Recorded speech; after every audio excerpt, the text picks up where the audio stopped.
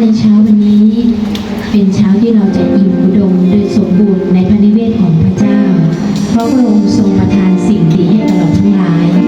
ดังพระวจนะของพระเจ้ากล่าวว่าเขาอิ่มด้วยความอุดมสมบูรณ์แห่งพระนิเวศของพระองค์และพระองค์จะประทานให้เขาดื่มจากแม่น้ำแห่งความสุขเกษมของพระองค์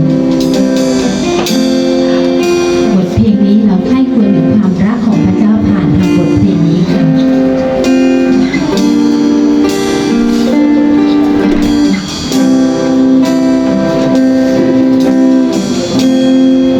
ท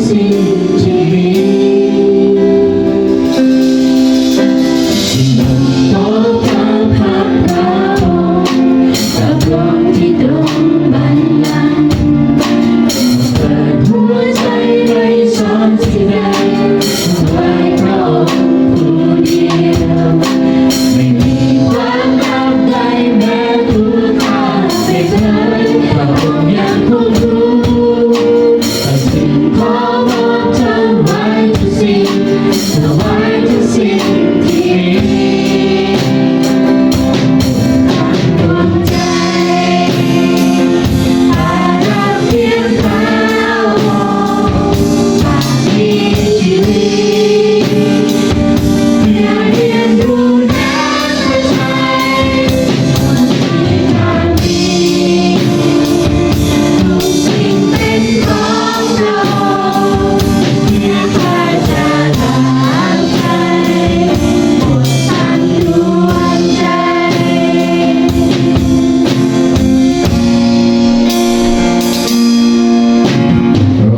ทรงเลี้ยงดูข้าทุกวันจะน้ำพระทัยพระองค์ให้ข้าเสมอหาพระองค์ว่าข้าร้องขอสิ่งใดให้ข้าเชื่อและวางใจพระองค์ที่แม้ข้าไม่เข้าใจให้ข้าเดินทางและเชื่อฟังตลอดเส้นทางชีวิต ทางดวงใจอารักเพียงพระองค์อาจมีชีวิตเพื่อเรียนรู้น้ำพระทัยคนที่ข้ามีทุกสิ่งเป็นของเราเพื่อพระเจ้ารักใครหมดทั้งดวงใจ หมดทั้งดวงใจอารักเพียงพระองค์อาจมีชีวิตเพื่อเรียนรู้น้ำพระทัยคนที่ข้ามีทุกสิ่งเป็นของเราเพื่อพระเจ้ารักใครหมดทั้งดวงใจ หมดทั้งดวงใจข้ารักเพียงพระองค์ข้ามีชีวิตเพื่อเรียนรู้น้ำพระทัยหมดที่ข้ามีทุกสิ่งเป็นของเราเพื่อพระเจ้ารักใครหมดทั้งดวงใจเพื่อพระเจ้ารักใครหมดทั้งดวงใจ หมดดวงใจเราถวายแด่พระเจ้าเพราะพระองค์เป็นความหวังเป็นกำลังใจให้กับเราทั้งหลาย ขอบคุณพระองค์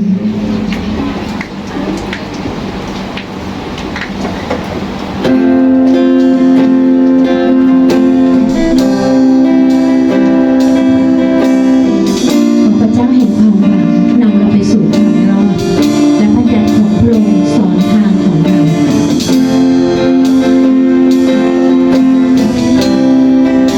ข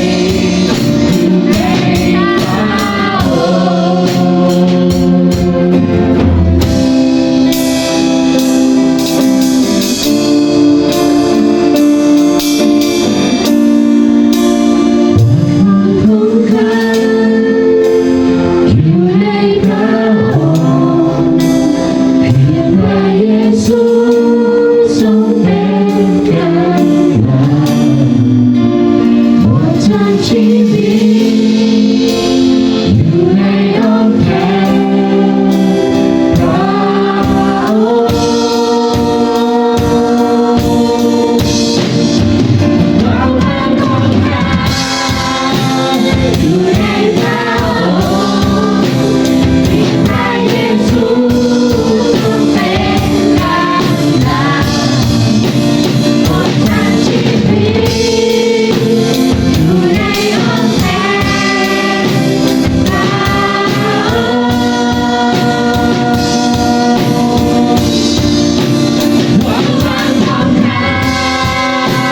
อยู่ในพระองค์ที่พระเยซู